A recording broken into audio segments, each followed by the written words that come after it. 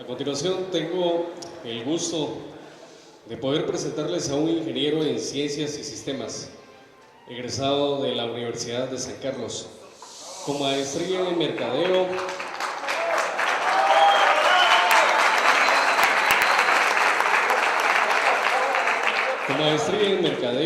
de SEADE, catedrático universitario de USAC, Universidad Rafael Andívar y Galileo, conferencista en ADIG, Convenciones de Informática y COESIS, gerente de consultoría en Datum SA desde hace 10 años. A continuación nos presenta las diferencias entre bases de datos comerciales y abiertas. Un fuerte aplauso para recibir al ingeniero Everest Medinilla, por favor.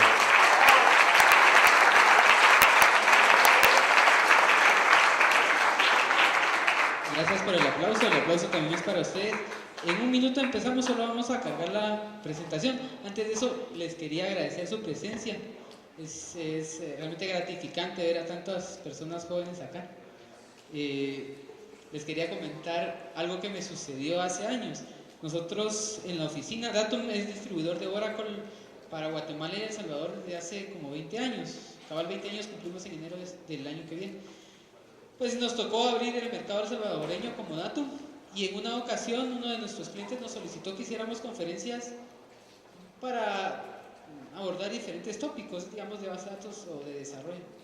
Y en una ocasión me recuerdo que a alguien que era la directora de informática de una empresa muy fuerte allá, se le ocurrió hacer una conferencia o invitarnos a una charla en la noche, como a las 7 de la noche, un día miércoles, y era un partido muy importante para los salvadoreños. Creo que llegó México a jugar con ellos, alguna cuestión por el estilo. Bueno, posiblemente por ser mujer, posiblemente porque no le gustaba el fútbol, no sé, alguna cuestión se le ocurrió hacerlo. Entonces todos se declararon enfermos ese día y nadie llegó, ¿verdad? Bueno, perdón, llegó otra persona junto a mí. Ella, por supuesto, no podía llegar porque tenía un bebé recién nacido.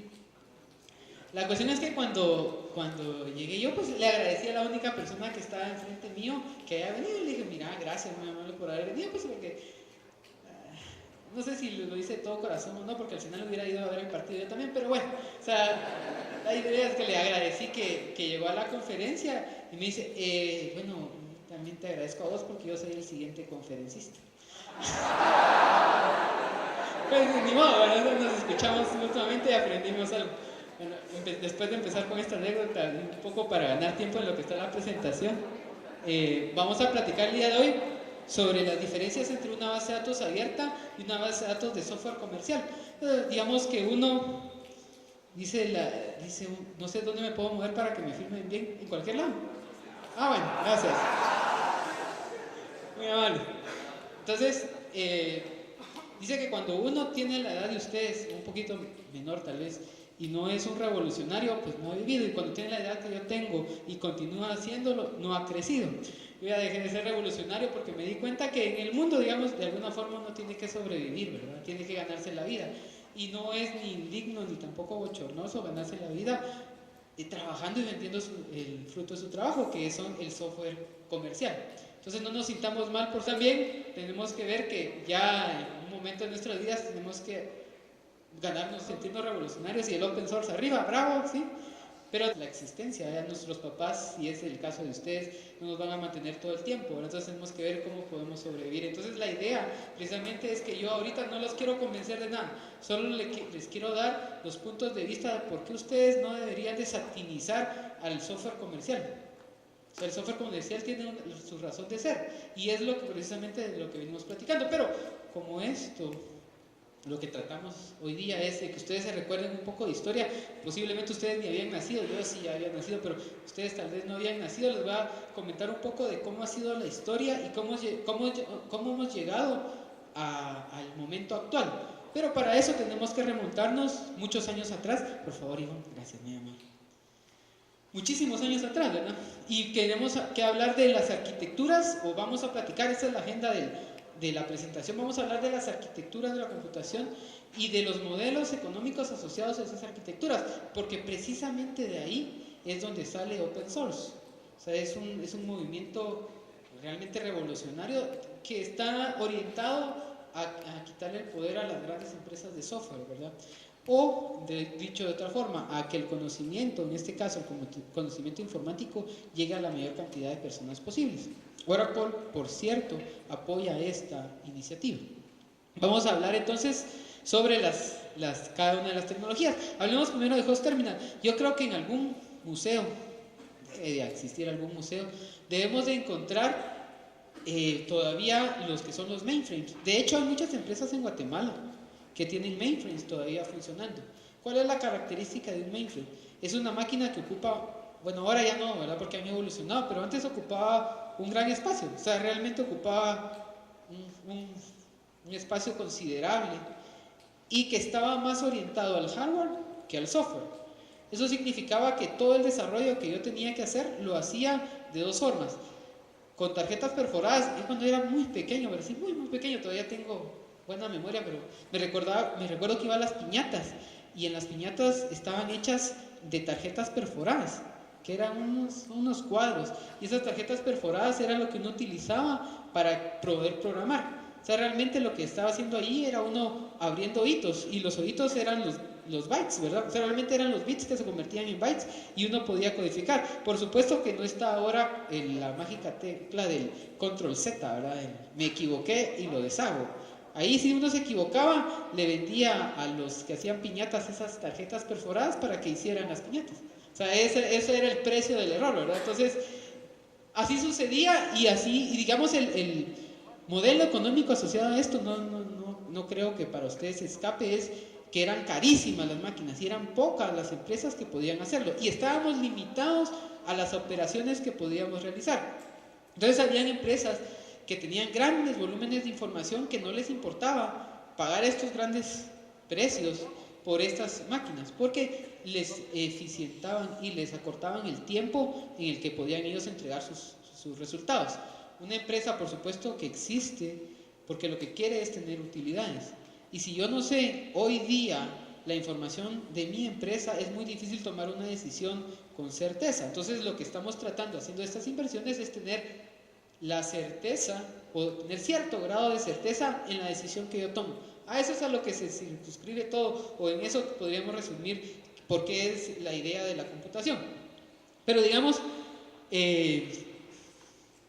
la idea de esto es que por supuesto el desarrollo era in-house, ¿verdad? ¿Qué era in-house? Contrataba yo a los expertos. De hecho, no existía un ingeniero en sistemas, sino existían personas chispudas que podían aprender a desarrollar o que podían aprender a reparar computadoras.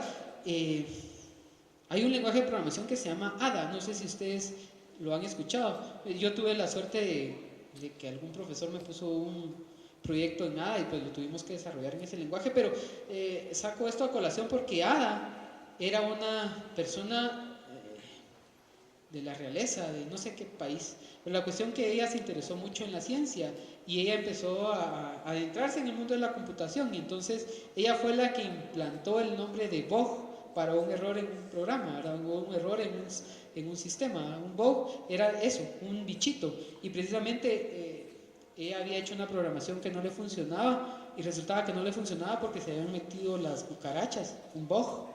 Y entonces había hecho un cortocircuito y por eso es que no funcionaba. Entonces había encontrado el bug. De ahí es porque decimos nosotros el bug del sistema, ¿verdad? Pero todo esto sucede porque nosotros hacemos desarrollo en casa. Esa era la característica. Yo quería un programa que me calculara, por ejemplo, el impuesto que tenía que pagar. Pues era sencillo, tenía que recorrer todas las ventas que había hecho y al final de cuentas sumaba todas las ventas sin el error humano, ¿verdad? Porque era una máquina, no había un error humano ahí. Tengo estática. Sin el error humano, y precisamente me lograba calcular ese impuesto. Uno dice, pues chica, pero ¿cuánto puede ser? Pues hay empresas que tenían millones de abonados, por ejemplo, una empresa eléctrica o una empresa de telefonía o una empresa que requería precisamente hacer estos cálculos. De ahí es que nacen estas grandes computadoras. Pero como todo evoluciona, pues empezaron a ver cómo lo podían abaratar, y no fue sino hasta los finales de los 70s que nacen las computadoras personales. Las computadoras personales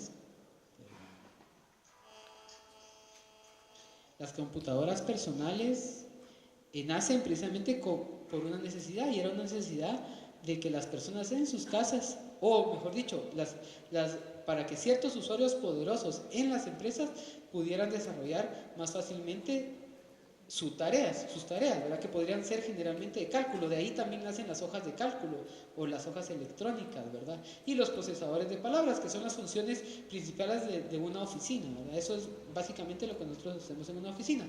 Pero siempre estando en host terminal, una de las características importantes es que a esos mainframes le colgábamos terminales y se les llamaba terminales tontas. ¿Por qué? Porque no tenían más que el teclado y la pantalla. Y todo lo que yo procesaba, lo procesaba en el host, en el servidor. Ese era el que me daba a mí el poder de procesamiento, toda la operatoria que yo necesitaba realizar. Entonces, lo único que hacían las terminales era el despliegue, y era un despliegue generalmente en ámbar o en verde al inicio, ¿verdad? Esos eran los colores que utilizaban. Entonces, en algún momento tal vez todavía ustedes han visto estas terminales que ya han caído mucho en desuso. Pero algo que era bien importante ahí es que nadie cobraba por el software que desarrollaba. O sea, el software que uno desarrollaba lo regalaba prácticamente, ¿verdad? Y era la colaboración de las personas. Entonces, digamos, las personas que trabajaban en alguna empresa les pagaban precisamente por el trabajo que era poder hacer el desarrollo. No existía el concepto de derechos de autor, que hoy día realmente ha caído en una gran controversia, ¿verdad? Un programador tiene derecho a pedir una remuneración adicional perdón, vamos a hacer algo más inteligente en lugar de estar escondiendo mi celular y que no funcione. Vamos a acabar. Entonces, por respeto a ustedes, solo voy a dejar que termine la llamadita aquí. Terminó y procedemos a apagar. Entonces tendremos una hora entre ustedes y nada más. Bueno, la cuestión es que, perdón, me perdí el hilo del asunto. El hilo del asunto era que el host terminal, ¿qué era lo que había ahí detrás de los derechos de autor? Los derechos de autor, entonces uno venía y hacía lo que tenía que hacer. El jefe le decía, mira, yo quiero un programa que me calcule el impuesto que tengo que pagar, y los patojos chispudos venían y empezaban a meter sus oídos en las tarjetas perforadas y al final de cuentas tenían el cálculo que necesitaban hacer. Todos felices y contentos, algo que les llevaba semanas o meses lo hacían en cuestión de días, ¿de acuerdo? Esa es otra cosa. Las capacidades de esas máquinas, aunque eran muy grandes, eran muy limitadas si las comparamos con hoy día. Hace poco yo vi que, por ejemplo, había un disco duro en internet de 500 gigas. 500 gigas.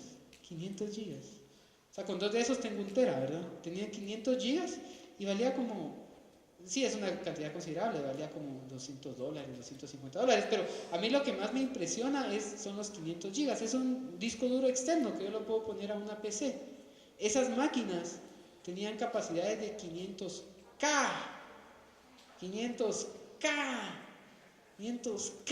y esos son 500 gigas, o sea.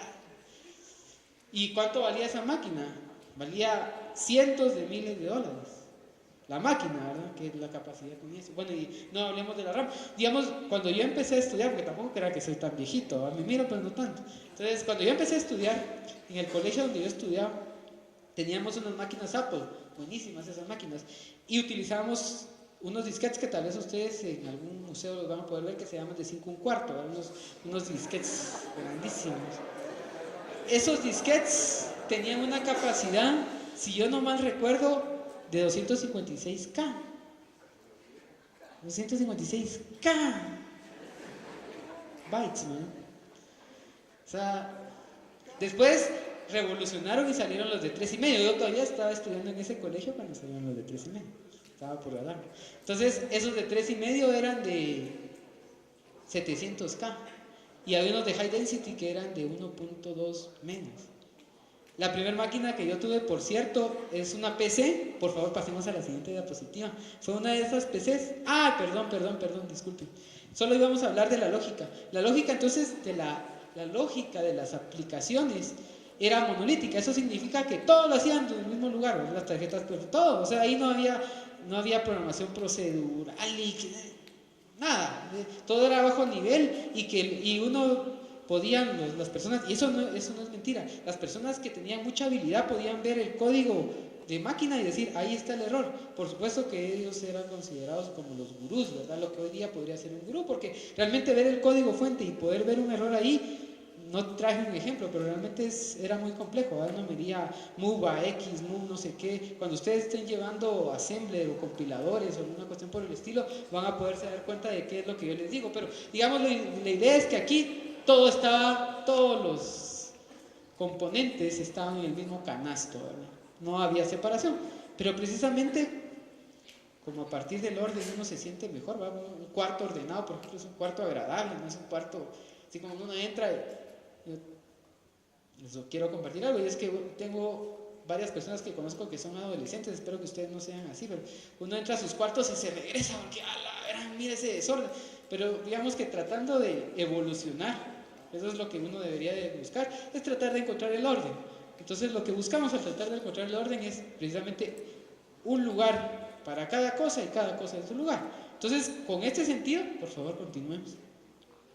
Lo que hicimos fue, es que yo me emociono hablando, pero otra cosa que les quería comentar era que ahí los que utilizaban las terminales tontas no era un usuario común y corriente, no era un mortal normal, eran los inmortales, ¿verdad? Esa gente que estaba en el buró, en Electronic Processing Data Department, que era el nada más y nada menos que las personas busas, personas que podían hacer todas esas cuestiones. Ahí era algo que la computación, o se hacía pensar que la computación no era para todos, era solo para ciertas personas. Entonces, de ahí el error de que muchas personas tienen, ustedes digamos ya son una nueva generación, pero digamos personas de mi generación todavía tenían miedo de tocar las computadoras, y no digamos de generaciones anteriores a la mía. Les daba mucho miedo porque no sabían qué pasaba. ¿Por qué? Porque miraban que solo ciertas personas, un buró de personas, podía hacerlo. Entonces aquí el trabajo lo hacía el contador y le pasaba todas las hojitas al departamento de procesamiento de datos. Y ellos venían y operaban todas esas hojas y nos daban el resultado, que era lo que tenían que operar. Ahora, si se dan cuenta acá, hay una mala utilización del recurso, porque dos personas hacen el mismo trabajo. Entonces, la gente empezó a ver eso. Y precisamente, por favor, viene la siguiente... Por favor, gracias. Viene la siguiente etapa, y la siguiente etapa es la etapa del cliente-servidor, donde ya había aparecido la computadora personal. La computadora personal nace a partir de una necesidad de funcionalidad dentro de una empresa, y era que estas personas que eran los contadores, pues que hagan su trabajo, no se lo pasen al otro, porque cada lo que empezaron a hacer es que ellos se equivocaban, y al final de cuentas el que tenía que corregirle la plana era el de informática. Pues qué coincidencia. Hoy día pasa lo mismo. Bueno, pero digamos que las personas tenían que hacer su trabajo, ellas tenían que ser responsables de lo que tenían que hacer. Entonces les daban una computadora personal con una hoja electrónica. Hay varias hojas electrónicas viejitas, no recuerdo los nombres. 4 todavía es bien reciente. 4 es la evolución de otra hoja electrónica que se llama VisiCalc. Fíjate. Pero digamos, hay más viejas todavía. Lo que pasa es que yo no tengo buena memoria, pero hay muchas hojas electrónicas predecesoras a la que nosotros podríamos considerar la hoja electrónica que es Excel, ¿verdad? Pero realmente hay otras anteriores. Digamos, los procesadores de palabras, yo todavía recuerdo Wordster.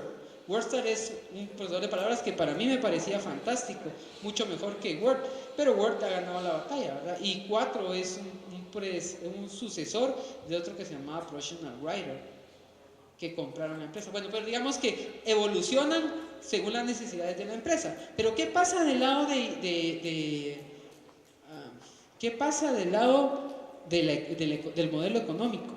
Entonces ahora ya empieza a ver la empresa grande que vendía esos fierros en cientos o millones de dólares, empieza a ver que tiene que ver de dónde saca más plata, porque ya la gente compra PCs y ya no compra máquinas tan grandes. Entonces ellos tienen que sobrevivir. ¿Y cómo sobreviven? Sobreviven empezando a cobrar el software,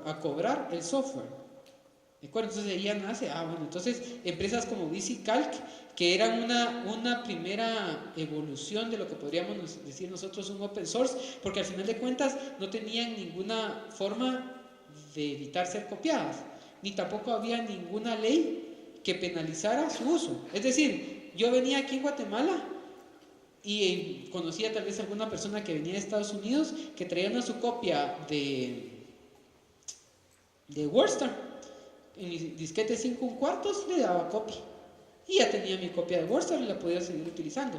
No estaba infringiendo la ley, ni tampoco tenía la obligación de pagarle a los creadores de WordStar nada. Ahí es donde Microsoft logra hacer algo importante, y es que ellos empiezan a penalizar el uso indebido de las copias. Y eso, ¿en qué nos beneficia a nosotros? Nos beneficia en que nosotros, ingenieros en sistemas, ustedes, estudiantes de ingeniería, que van a poder tener un futuro. Imagínense cómo se sentiría alguien, por ejemplo, hablemos de un panadero, que viene, hace un pastel y entonces se lo roban, básicamente, ¿verdad? ¿Por qué? Porque, o el diseño del pastel, ¿verdad? La forma del pastel, empiezan a sacar un montón de copias de ese pastel y él no tiene derecho a nada. Al final de cuentas es su invención, tiene derecho, debería tener derecho a algo. Por lo menos en Estados Unidos sí se respeta eso y sí le dan derecho a eso. Entonces, digamos, esa es la similitud o la analogía que podríamos hacer, es que igual, aunque el software, porque si alguien me pregunta cuál es la definición de software, es difícil. Hasta hace años no había una definición de software como algo de hardware. De hardware, esto es hardware, es una CIA. Entonces viene la persona y me dice, ¿cuánto vale esa CIA? Yo le digo, vale 40 quetzales, y él se va con su CIA bajo el hombro y se la lleva y feliz porque pagó por algo. Pero el software, yo le doy un disquete y le cobro $500,000 y se siente estafado, inevitablemente. O sea, y peor todavía, si solo de un papelito donde dice, tiene derecho de utilizar este software. 20 personas tienen el derecho. ¿Cuánto vale ese papelito? $20,000. Era una cuestión que ustedes hoy día dicen, ay, ese señor está contando cuentos, pero realmente no. Era difícil llegar con alguien, un contador, un auditor, y decirle, no, mire, sí señor, esto vale $20,000. Un papelito, ¿no? Sí. Era difícil, realmente nos ha tocado, porque nosotros como Datum, precursores, digamos, de los productos Oracle en Guatemala, pues nos ha tocado abrir brecha, ¿verdad? Hacerle ver a las personas de que realmente no es ni indigno ni inmoral cobrar por el uso de un software que le ha costado a las personas realizar, ¿no? Y es precisamente la idea, pero sigamos avanzando con esto. Aquí ya empezaron entonces, más como por necesidad económica que por un ordenamiento, empezaron a ver la diferenciación de lo que le llama la capa de la lógica del negocio con la presentación, con lo que es la base de datos. Entonces ahí aparecen archivos, ¿ya? No son archivos planos, ya aparecen archivos con ciertas estructuras, BSAM, ISAM, eso me imagino que ustedes, si han llevado archivos, pues ya empezaron a ver eso, que tienen ciertas características. Entonces los archivos se deberían de proteger de alguna forma y se les empieza a dar un trato preferencial ahí a los archivos donde nosotros guardamos la información. ¿Por qué creen ustedes que se les empieza a dar un trato preferencial a los archivos? Sencillo, se les empieza a dar un trato preferencial a los archivos porque ahí está la información, y la información es lo más valioso. ¿Qué pasaría? Todos ustedes tienen correo electrónico y ahí están las direcciones de correo de todos sus amigos y hasta de sus enemigos, de todos los amados y odiados, de todas las personas que ustedes conocen o quisieran conocer. Entonces, ¿qué pasaría si yo vengo y les digo, ay, fíjense que tuvimos un problema? Yo soy Gmail, ¿verdad? Por ejemplo, si ustedes estuvieran en su cuenta en Gmail o en Mixmail o en Hotmail o en todos los mails sabidos y por ahí. ¿Qué pasa si yo vengo y le digo, estimado usuario, el día de ayer un hacker nos atacó? Él sabía la estructura de la data porque utilizamos un open source database. Entonces pudo entrar a nuestra estructura de datos y se han perdido todos nuestros datos. Lo lamentamos mucho realmente y va a tener que volver a construir su data. Algunos lo van a tomar con filosofía, otros se van a enojar, otros va a suceder lo que ustedes quieran que pueda suceder. El tema es que perdieron lo más valioso, su información.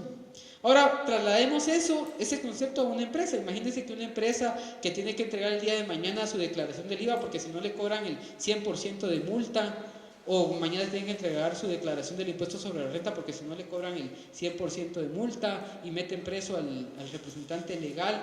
Imagínense una empresa, por muy pequeña, por muy TIC que fuera, ¿creerían ustedes que quisiera vivir esa experiencia? Pues yo realmente pienso que no. Nadie creo que quisiera vivir una experiencia como esa. Y ese es uno de los problemas que le dicen, o digamos que los detractores, si quieren verlo así, o las personas que hacen juicios contra el open source dicen, ¿verdad? El open source, uno de los problemas más grandes es que es open, es abierto, cualquiera puede tener acceso al código y cualquiera puede ver lo que está ahí adentro, cualquiera, y cualquiera puede ser malo, es más, muchos son malos, entonces muchos de estas personas son malos, pueden atacar a una empresa. No, eso no sucede, es paranoico, como es de Oracle, quiere que no utilicen open source. Yo realmente solo les digo lo que puede suceder. Espero que nunca suceda, pero eso puede suceder. O sea, existe la posibilidad de que eso suceda. ¿Cuál es la diferencia en código propietario? El código propietario lo conocen los involucrados. Es más, no todos tienen el conocimiento de todo el código propietario. Digamos, hay grupos de trabajo que se encargan de poder desarrollar ciertas funcionalidades en este caso de la base de datos. Y esas funcionalidades de la base de datos solo ciertas personas la conocen. De hecho, firman contratos de confidencialidad, a ellos les pueden entablar una demanda. ¿Quién demanda en open source? ¿A quién demanda? Si es una comunidad de usuarios de buena voluntad que han ofrecido su desarrollo gratuito. ¿Y a quién voy a demandar? Esas son preguntas que dejo al aire, ¿verdad? O sea, no quiere decir que open source sea malo. De hecho, vamos a ver Oracle cómo visualiza el open source, pero sigamos avanzando en la línea del tiempo. La otra cosa es que ya empieza a haber un departamento de tecnología de la información que se llama departamento de cómputo, y hay usuarios profesionales, usuarios poderosos, usuarios que son pilas, ¿verdad? Son el patojo pilas, aquel usuario que puede trabajar como que fuera un mago en la hoja electrónica Excel, y con eso se crea un ingeniero en sistemas. De eso han existido y existirán siempre, ¿verdad? El primer error, creo yo, es pensar que un programador es un ingeniero en sistemas. El ingeniero que se crea programador, que revise sus estándares, ¿verdad? Porque realmente es más que eso, un ingeniero en sistemas. Pero digamos que un hobby agradable en la ingeniería en sistemas, así como un hobby agradable para el ingeniero civil es poder hacer una pared, un hobby agradable para los ingenieros en sistemas es programar, que no tiene nada de malo. Igual un ingeniero civil puede hacer una zanja, no tiene nada de malo. Pues eso es así.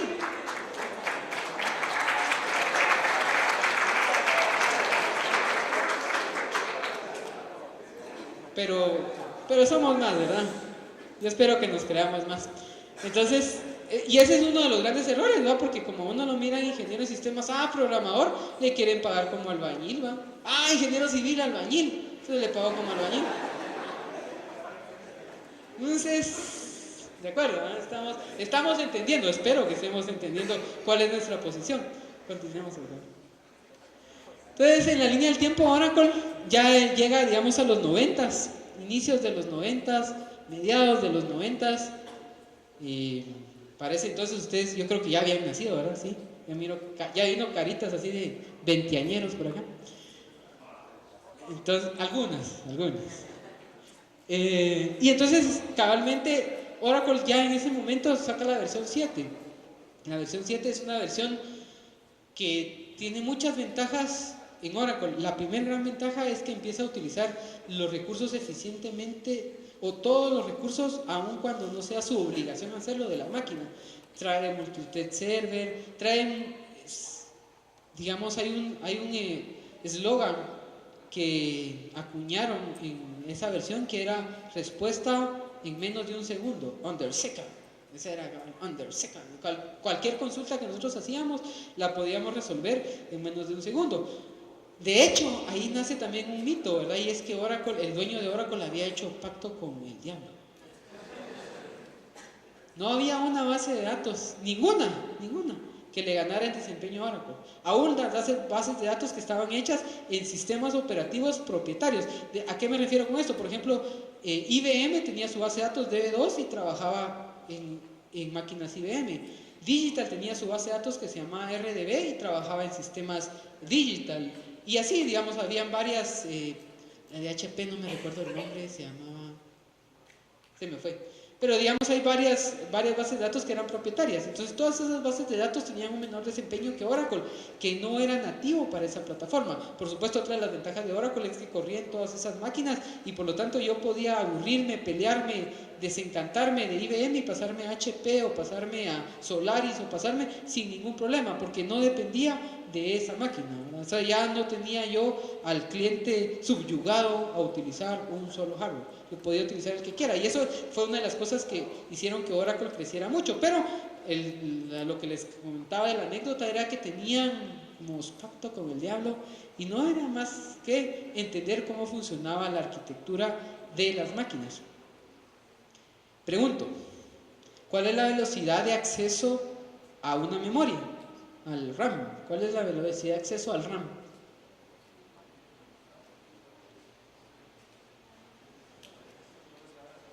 ¿Cuánto podrías decir? 533 MHz, pero digamos si lo ponemos en acceso en nanosegundos, milisegundos, ¿cómo podría ser? Digamos nanosegundos, 70 nanosegundos.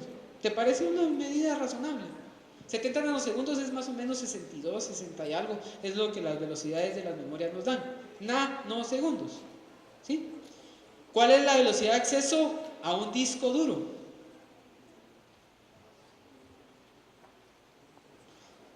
15.000 revoluciones por minuto, que me dan como algo de milisegundos, 10 milisegundos.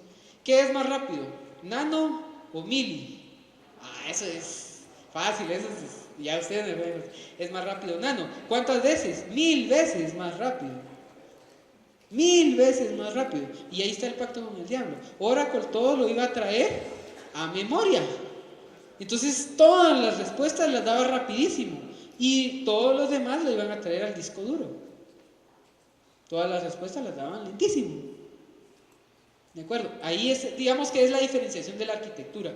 Y Oracle, por supuesto que todos después siguieron ese modelo de Oracle, donde lo importante era el acceso a la información o la velocidad de acceso.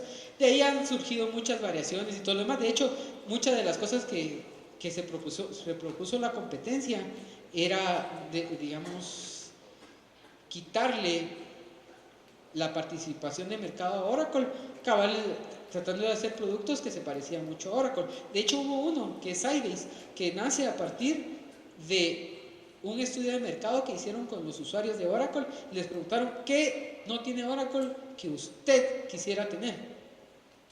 Entonces sacan, todo lo que no. Entonces hacen exactamente eso, muy buenos por supuesto, es una cuestión de mercadeo que a mí me impresionó mucho en su momento. Y entonces, tiene tal cosa que Oracle no tiene, tiene tal cosa que Oracle no tiene, tiene tal otra, tenía como 5 cosas que Oracle no tenía. Por supuesto que no tenían un montón que Oracle sí tenía, ¿verdad? No les interesaba tenerlas, no era su intención tenerlas, lo que querían era entrar con el mercado. Entonces ojo con esos, ojo con las empresas de mercadeo, ¿verdad? Porque las empresas de mercadeo tienden a eso, a darnos mucho de lo que nosotros queremos, pero realmente hay que analizar más allá. No estamos comprando un bombón, ¿verdad? O sea, no estoy comprando un dulce, o sea, estamos comprando algo serio. La tricentenaria Universidad de San Carlos.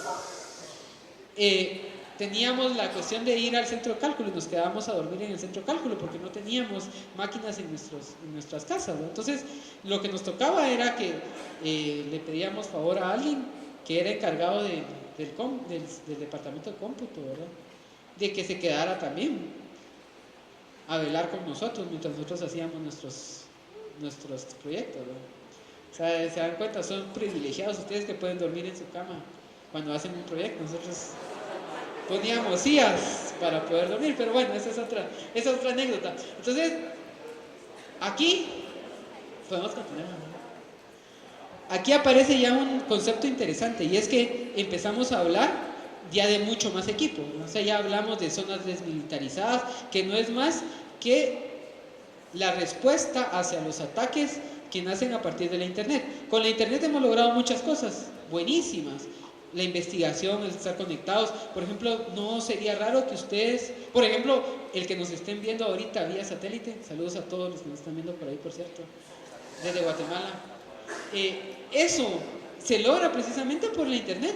O sea, no es más, o sea, se logran cosas increíbles, ¿verdad? Porque que estén escuchando una conferencia de alguien en un país lejano y que puedan tener todo el conocimiento. Por ejemplo, algo que a mí me impresionó en los últimos años, cada vez es más difícil que uno se impresione porque está viejo, ¿va? Pero la primera vez, por ejemplo, que yo vi un tío vivo, me impresioné mucho. La primera vez que vi juegos electrónicos o juegos mecánicos, me impresioné mucho, ¿verdad? O sea, yo veo con mi hijo cuando fue la primera vez al Xetulul. Todos los que quieran pueden ir a Xetulul en el extranjero, es un lugar muy bonito, es como Disney de Guatemala. Es precioso, realmente es precioso. Entonces, hay que hacer propaganda por lo bueno nuestro, hombre. Voten por Carlos Peña.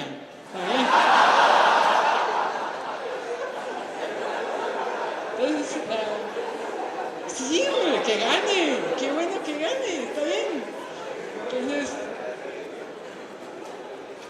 hay que hacer propaganda por lo bueno, y Xetulul es muy bueno, pero lo que les decía es que uno se impresiona.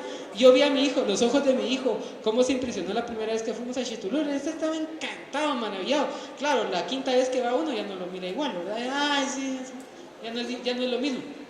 Pues entonces les decía que uno pierde esa cuestión de maravillarse. Pero el último que me pasó a mí con internet, que me maravillé mucho, fue Wikipedia.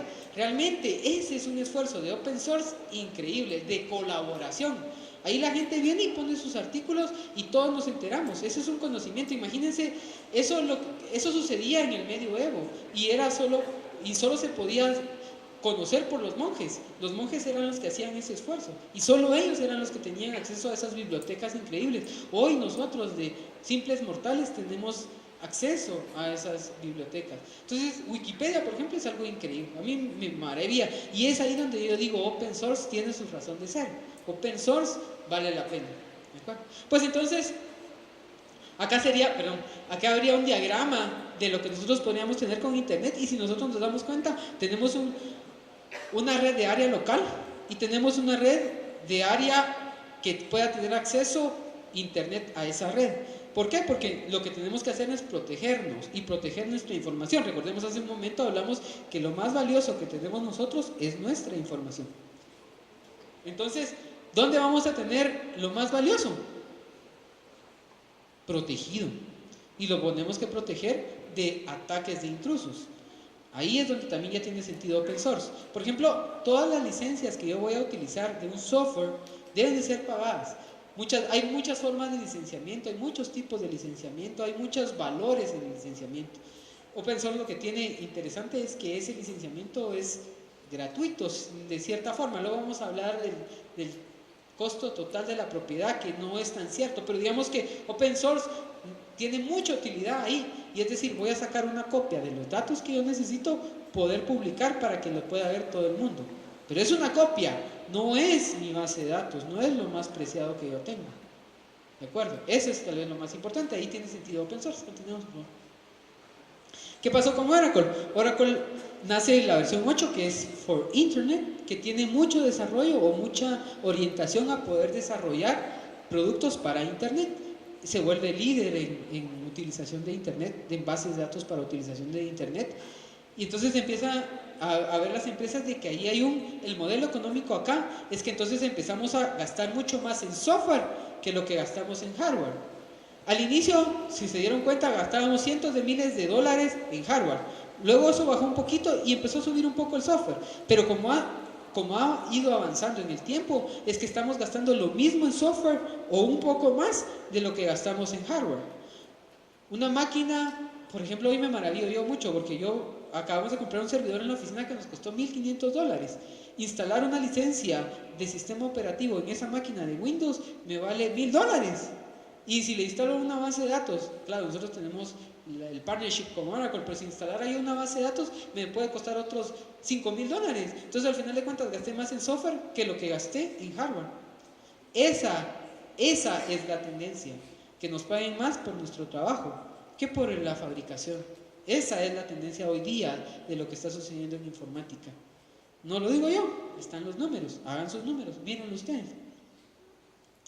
Entonces, la otra cosa que aparece es que las empresas ya no se preocupan porque hoy es 25 de septiembre, tengo que entregar mañana mi declaración del impuesto sobre la renta o del IVA y no hay forma que termine el departamento de conta. Los contadores no se ponen las pilas, no terminan. Tengo 30 contadores un gran departamento de contabilidad y no terminan de procesarlo. O sea, ¿por qué? ¿Qué sucedió? No están trabajando, trabajan 12 horas diarias, trabajan 14.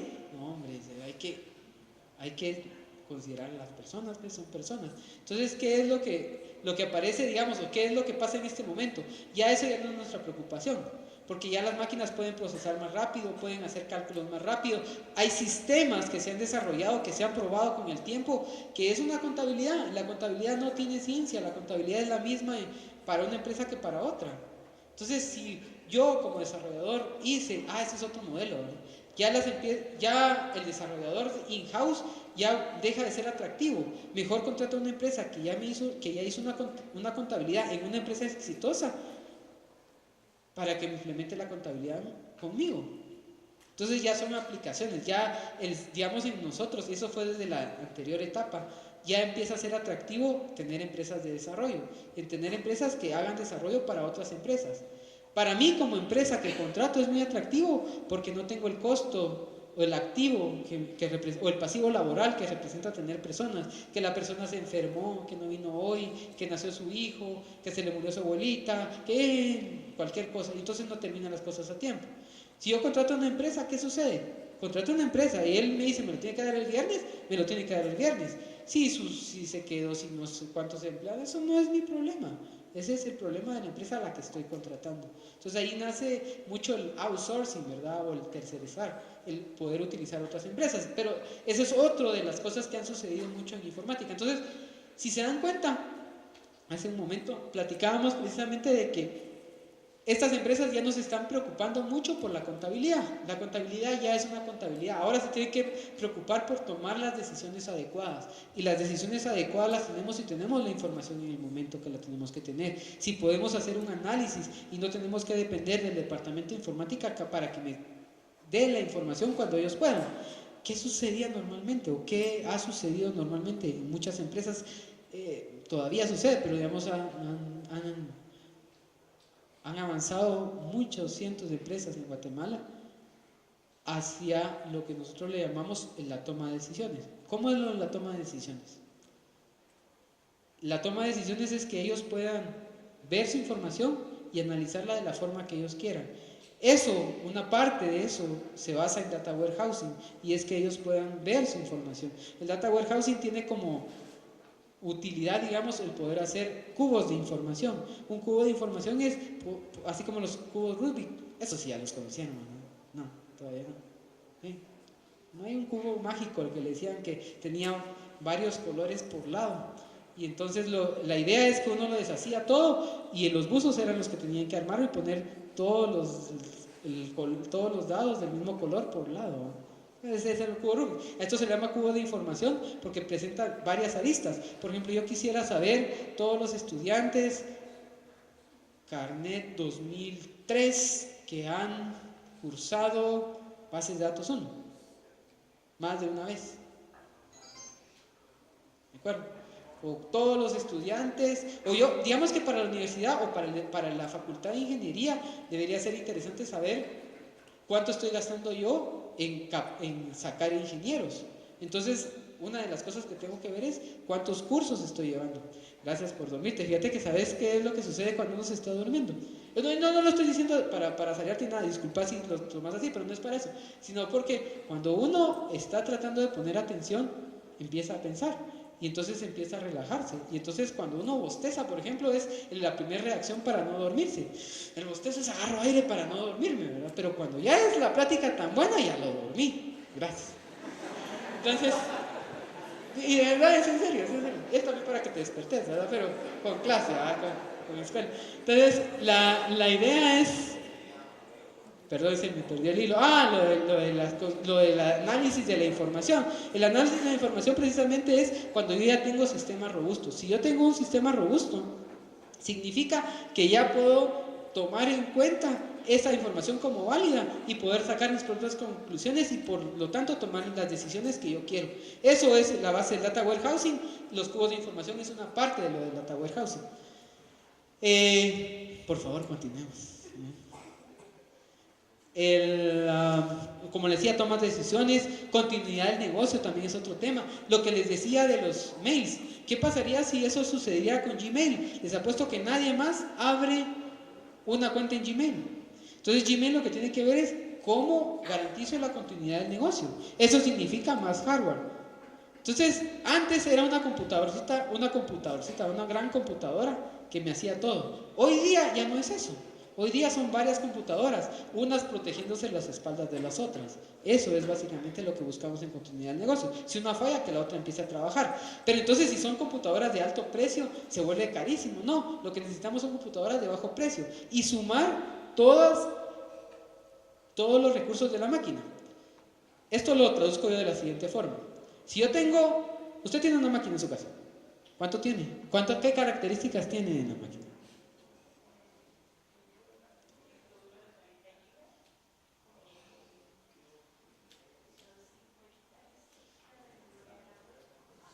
Ok, digamos que esa es su máquina y un procesador, ¿verdad? Pentium 3, por ejemplo, alguna cuestión por el estilo. Yo tengo otra exactamente igual en mi casa, igual. ¿Qué pasa si sumamos las dos? Entonces, si sumamos las dos, ya no tenemos 256, sino 512. Y ya no tenemos 40 gigas de disco, sino 80. Pero, ¿qué pasa si juntamos a mi amigo acá y al otro amigo acá? Y tienen exactamente las mismas máquinas. Entonces, ya tenemos 1 giga de RAM y tenemos 40 discos de disco. 4 por 160 gigas de disco. Eso es lo que busca el grid computing, la suma de recursos de todas las computadoras. ¿Y qué pasa si una de esas se arruina? No importa, seguimos trabajando con las otras 3 y sigo trabajando, posiblemente más lento, pero sigo trabajando. ¿Y qué pasa si el compañero acá también, que es bienvenido, que venga y también pone su máquina? Y entonces tenemos más poder de procesamiento. Posiblemente va a haber un momento en que los 5 estemos trabajando, pero va a haber mucho tiempo en el que no vamos a trabajar los 5, sino solo voy a trabajar yo, o solo va a trabajar usted, o solo va a trabajar él, o van a trabajar 2, o van a trabajar 3, ¿de acuerdo? Yo me emociono, por eso es que a veces bajo la velocidad, porque me voy solito. Entonces vamos a tomar en cuenta eso. Entonces, el tema acá es que eso es la siguiente etapa, por favor. Continuamos. Es que ya me va a llegar el tiempo para irme, estoy un poco estresado. Entonces, el aspecto de estas aplicaciones, entonces, no, continuemos, solo quiero ver con ese es el utility computing. Digamos, es el grid computing y lo que quieren es que la computación sea un utility. Un utility es como es la luz, como es el teléfono. ¿Ustedes saben cuántos equipos están funcionando cuando yo enciendo el switch de la luz? Yo no sé. ¿De dónde viene esa luz? No lo sabemos. O sea, eso no lo sabemos. Solo sabemos que tenemos luz. Igual, cuando yo quiera procesar o cuando yo quiera utilizar una computadora, lo que voy a hacer es conectarme, posiblemente con un dispositivo que yo tenga, que puede ser el celular, y trabajar. Esas son las cosas que yo le digo que no se termina de maravillar. Ahorita hay unos aparatos que se llaman BlackBerry, y en el BlackBerry uno tiene su oficina, porque uno tiene correo electrónico, tiene su agenda, tiene todo lo que tiene que tener en el BlackBerry. Entonces ya no tiene que estar físicamente en un lugar, uno se puede ir a la antigua, estar ahí tomando su cafecito, donde fuera, y trabajar ahí. Ya no tiene que llegar a un lugar, estacionarse, ver el tráfico que nos toca a las 5 de la tarde un día bien. No, eso ya no. Igual sigo trabajando. Eso es lo que buscamos con el utility computing, y esa es la siguiente ola de la información. En la ola anterior, digamos, la parte del desarrollo, ya hablamos de especialización. Ya hay alguien que se encarga de hacer. Los diseñadores gráficos son fantásticos para eso. Yo soy malísimo. Hacer sitios visualmente agradables, ¿verdad? Sitios sexy, sitios bonitos, ¿no? Así. Programáticamente posiblemente no son buenos. Entonces eso ya le corresponde a las personas que les gusta programar, los que hacen la inteligencia del negocio, los que hacen la base de datos. Entonces ya hay varias funciones que son desarrolladas por múltiples personas. Posiblemente en una empresa pequeña una sola persona hace todo, pero por lo menos ya está esa disgregación. Cuando esta empresa pequeña crezca, entonces ya va a poder cada quien tomar su rol y van a poder haber varios roles. La idea de las empresas pequeñas así es como nace una empresa, como pequeña. Y luego la idea es que crezca y que esté preparada para crecer. Esa es básicamente la idea. Continuemos, por favor. Entonces acá lo que hablamos es que el desarrollo tiene que estar basado basado en SOA. SOA es una arquitectura orientada a servicios. ¿Qué es un servicio? Llamémoslo como un procedimiento o una función. Eso es un servicio. Entonces, ¿de dónde viene el servicio? A mí no me importa. Por ejemplo, el tipo de cambio. Yo lo podría sacar del Banco Guatemala, eso sería lo lógico. Entonces, yo vengo y le pido al Banco Guatemala cuál es el tipo de cambio de hoy. Nunca me enteré cuál fue. Tomo ese dato y multiplico por el valor del costo del producto para poder después ponerle mi margen de ganancia y dar el precio de venta del día de hoy de ese producto. El costo viene de una base de datos que está, que es la del proveedor. No soy yo el que la doy, es el costo que él me está dando. Solo le pregunto cuánto me va a costar. Y al final de cuentas saco mi cotización. Aquí está, mire.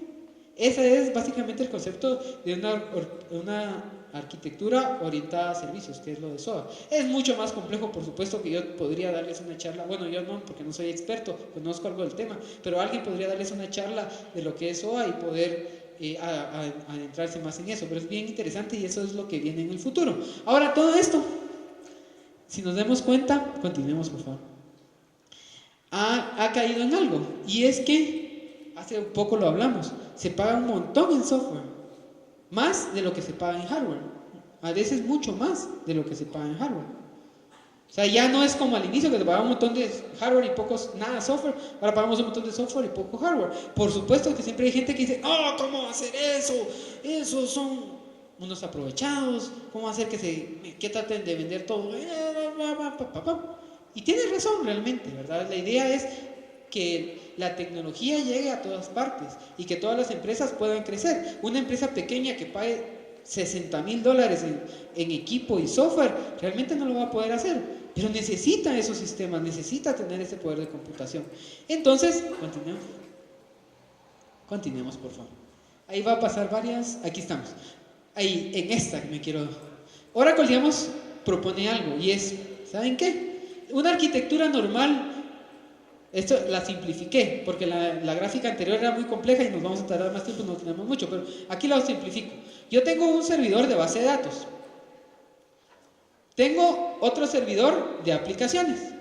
Y tengo todos los clientes que quieran accesar a mis aplicaciones. Los clientes son cualquier computador cliente que pueda accesar a las aplicaciones. Al inicio se recuerdan que era una única máquina, después empezamos a separar lo que es la data, que es lo más preciado, de lo que son las aplicaciones. Y las aplicaciones, pues, es eso, ¿verdad? Lo que nosotros desarrollamos y que empezó a evolucionar también con lenguajes de programación. Borland, por ejemplo, o Microsoft son empresas que han puesto mucho en eso, pero también hubo una vertiente de código gratuito, le llamaban ellos, ¿verdad? El free software. Y el free software, que era un código que no significaba que era gratuito, sino que nosotros lo podríamos utilizar sin pagar licencia. Luego venimos y dónde es donde se pagan los $100, vamos a verlo. Pero digamos, la idea de estos, como PHP, era que todos tuviéramos una colaboración. Yo tengo una función que pasa de números a letras y te voy a ayudar a vos porque vos la vas a necesitar. De números a letras los necesitamos todos. Es algo que todos necesitamos. Aquí está. ¿Qué gano yo? Me dan un inmortal. Ahí aparece Juan Pérez, función de números a letras. Entonces la utiliza 500,000 de personas. Eso gané yo, reconocimiento. ¿Qué ganaste vos? Que ya avanzaste en tu software, no lo tenés. Pero yo también necesito una que me lea código de barra. Aquí está. Y me vuelvo a ser inmortal. Y aquí hay otra, y aquí hay otra, y aquí, y acá. Y después, mira, falló. Eso ya no es mi problema, vos. Mira cómo lo corregís. ¿O qué? ¿O me pagaste algo? ¿Dónde está? ¿No? Bueno, ¿sabes qué? Te voy a dar soporte, pagame, entonces te doy soporte. Y empiezan a hacer negocio con eso, ¿verdad?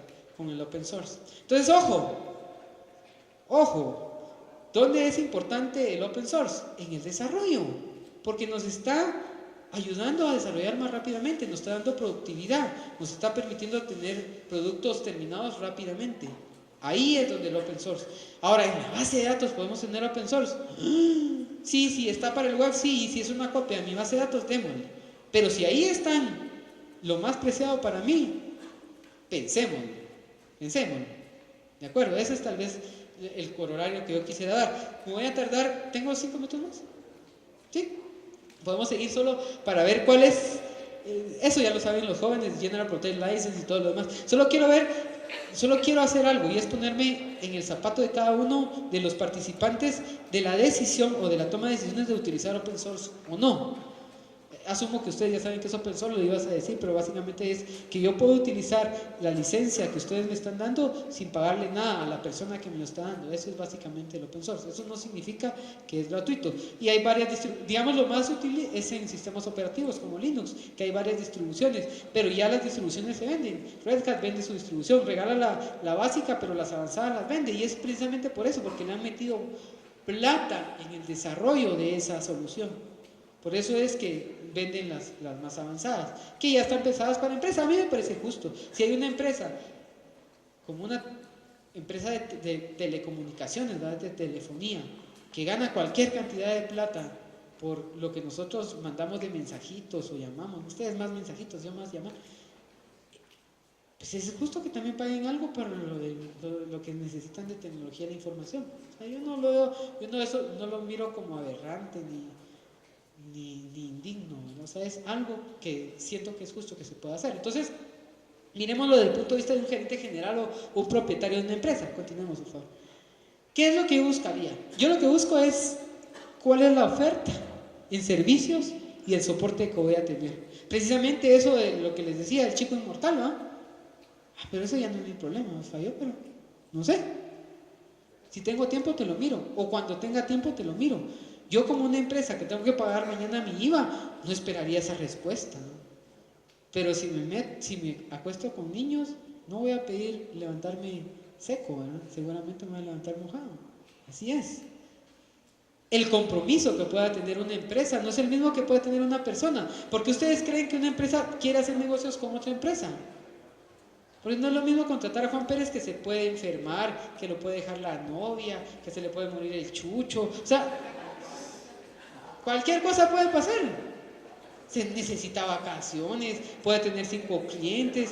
Si es otra empresa, que son varias personas, ahí es diferente. Ojo, una empresa quiere hacer negocios con otra empresa. Normalmente es así. ¿Cuál es la oferta en educación? Perdón.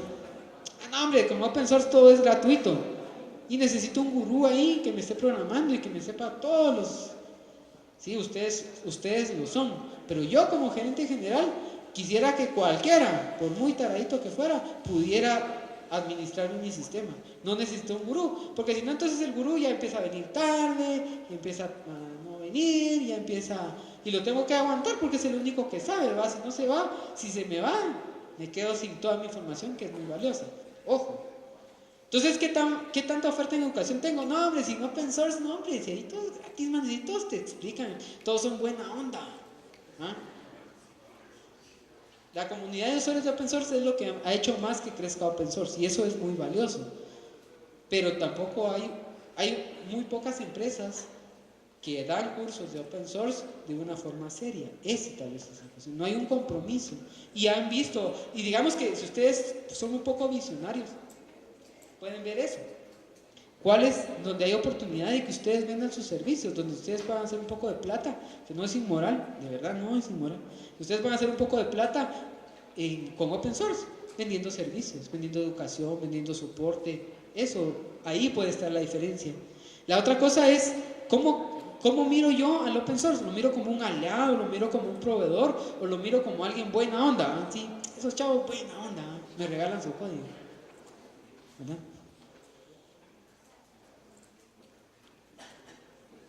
Hay que ver cómo ha crecido en los últimos años. Ahí sí les debo decir, open source ha crecido muchísimo en el segmento del web server. O sea, en el segmento de bases de datos que se utilizan como backups o como copias para poner en el web y que puedan ser accesadas. No en el segmento de base de datos empresarial. ¿Y por qué no crece en el segmento de base de datos empresarial? ¿Quién quiere poner toda su información al alcance de cualquier persona?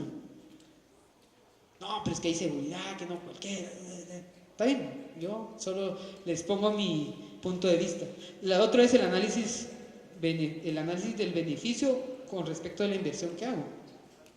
Aquí viene lo que le llaman el costo total de la propiedad. Y el costo total de la propiedad no solo toma en cuenta lo que yo invierto en licenciamiento o lo que yo tengo que pagar en licenciamiento. Ese es el error más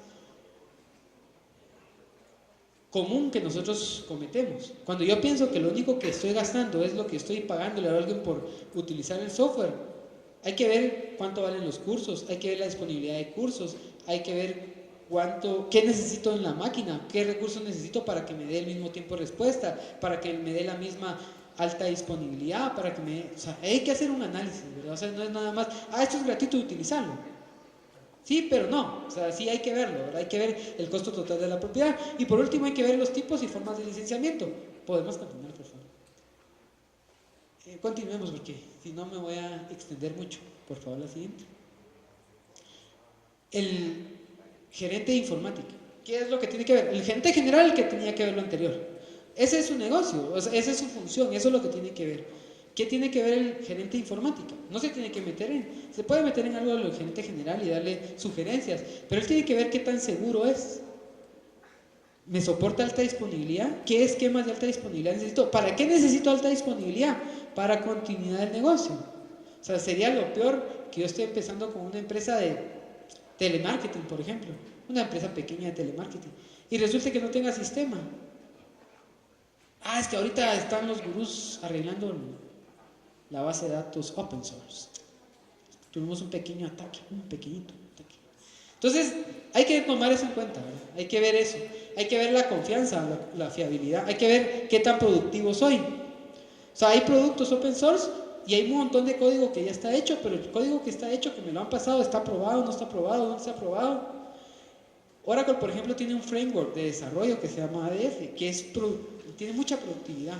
Entonces, hay algo equivalente en open source. No sé, posiblemente alguien se esforzó para poder hacerlo, una comunidad de usuarios, y lo hacen. Otra de las cosas que yo veo en open source es que las comunidades de usuarios están coordinadas, pero muchos no tienen el compromiso y se empiezan a hacer trabajos cada quien por su cuenta, pero uno termina antes, otro después, y no ya quedó que vos te comprometiste para hoy, no lo terminaste, ¿verdad? Lo que pasa es que hoy fue el concierto de Héroes del Silencio, no, eso fue el sábado. El domingo me levanté tarde, fuimos con mis papás a comer, pero hoy sí lo hago. La longevidad de las versiones. ¿Cada cuánto nacen nuevas versiones del producto? No lo sé. ¿Qué tienen las nuevas versiones? ¿Cuál es el compromiso en las nuevas versiones? La otra cosa bien interesante es el forward compatibility, que es la compatibilidad con versiones anteriores. O sea, yo tengo una versión, por ejemplo, Visual Basic 6.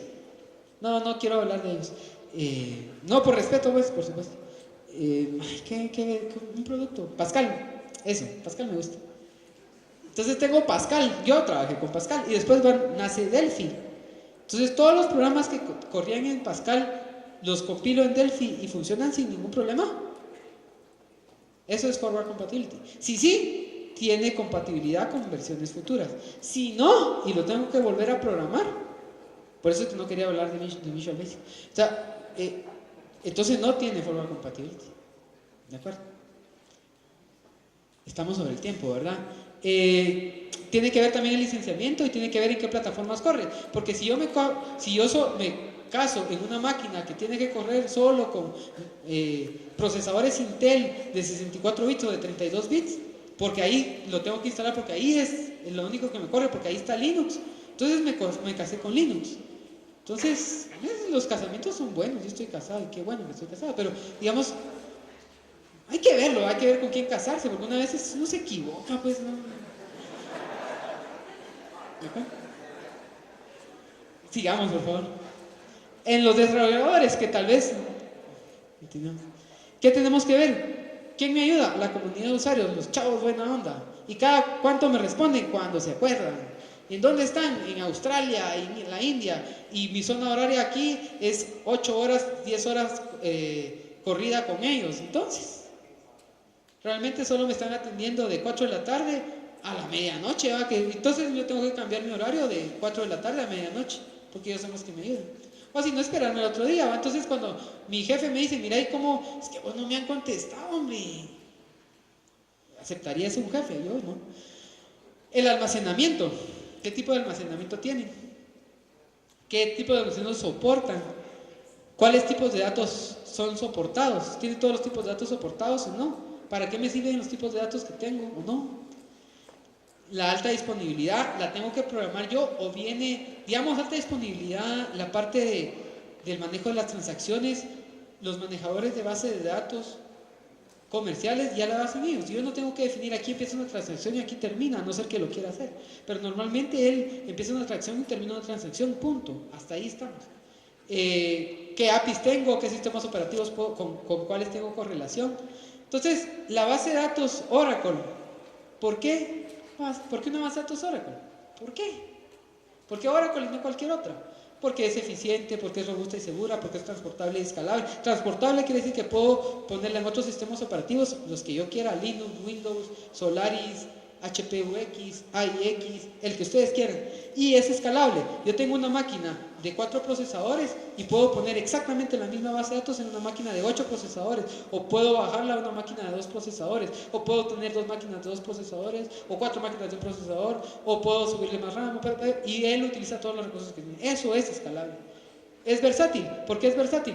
Porque soporta lo que ustedes quieran de estándares de mercado, XML, UML, cualquier cosa así que suene rara, eso lo soporta. Que sea estándar, por supuesto.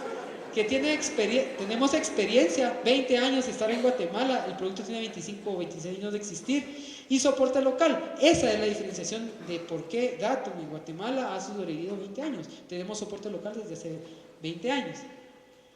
Nuestro compromiso con Open Source sí lo tenemos. O sea, sí hay compromiso de Oracle con Open Source. O sea, no es que Open Source eso es satánico. No, eso no. Buena onda. Queremos compartir nuestro código. Hagámoslo. Está bien. Nosotros somos los primeros. Utilizamos Linux. Hay un Linux que Oracle modificó el kernel de Oracle y compartió esa modificación del kernel de Oracle. Es el Unbreakable Linux, que ahora se llama Enterprise Linux. Lo vende Oracle, o sea, sí vende la licencia, pero también regaló, y Red Hat utiliza ese mismo código que él modificó. Java es un estándar en Oracle. Java es una base de open source y Java es un estándar en Oracle. Todo, la base de datos, el servidor de aplicaciones, todo soporta Java. Si ustedes quieren programar en Java y no en PLSQL, háganlo. Bien, no hay ningún problema. Ajax es otro de los estándares. Apache, el Application Server de Oracle, lo utiliza como web server. Apache es el web server más utilizado a nivel mundial y Oracle lo tomó como estándar. PHP, hay una comunidad de Oracle orientada a dar soporte a PHP para que puedan programar Oracle, programar PHP y accesar la base de datos Oracle.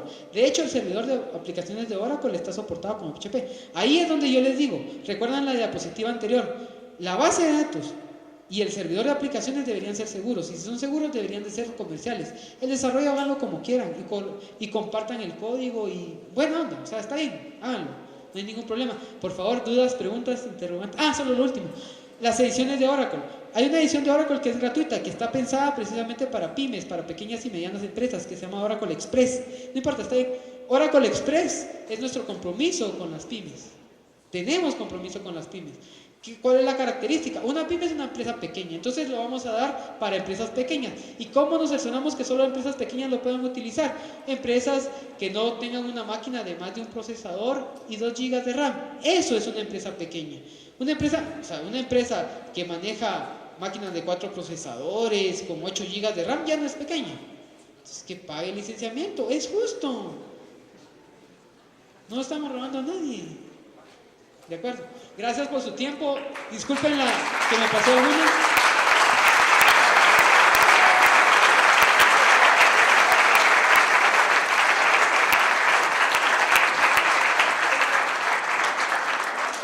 Muy amable, la verdad, el aplauso para ustedes por haberme soportado. Solo tengo 3 preguntas. ¿De acuerdo? Para poder pasar aquí adelante y hacer el sorteo de un USB. La verdad es que yo soy malo para las preguntas, entonces vamos a hacer así. ¿Quiénes son rojos aquí?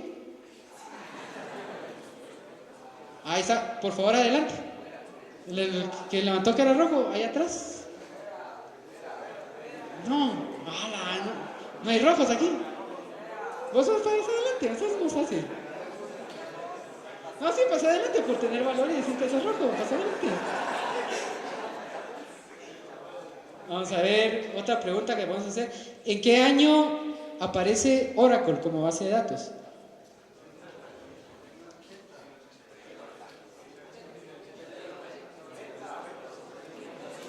Regresemos a la diapositiva.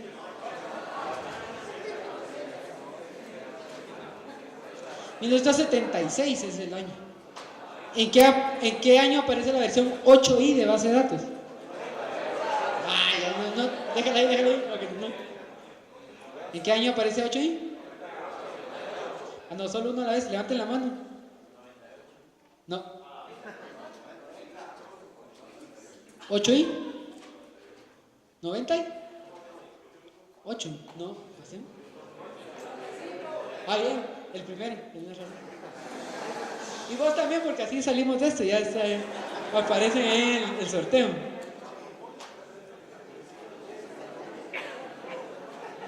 Por mantenerte en tu respuesta y no cambiarlo.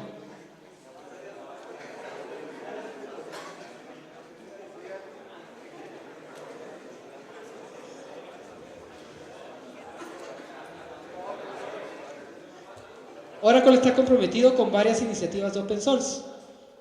Nombren una de esas open. Muy bien. Además, solo rojo, está bien.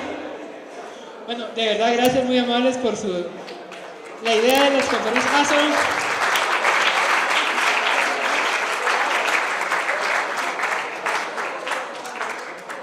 Cualquier cosa, el sitio de la oficina es www.datum.com.gt. Con todo gusto estamos a sus servicios para resolver las dudas. Hay algo que es bien importante y es lo que yo les quería compartir. Yo sé que ustedes son estudiantes de ingeniería. Miren su futuro está ahí y ustedes van a estar ahí. O sea, el futuro les va a llegar. Si ustedes no miran lo que quieren ver lo que quieren ser en su futuro, igual les va a llegar. Entonces mejor piensen en su futuro y prepárense para él, porque él está ahí y ustedes van a llegar al futuro. Gracias. Ingeniero, el Congreso de Estudiantes de Ciencias y Sistemas le hace entrega de un pequeño reconocimiento por su participación. Un fuerte aplauso para él, por favor.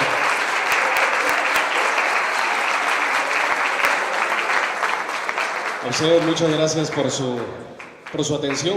Queremos invitarlos a degustar del coffee break, el cual ya se encuentra servido en el jardín.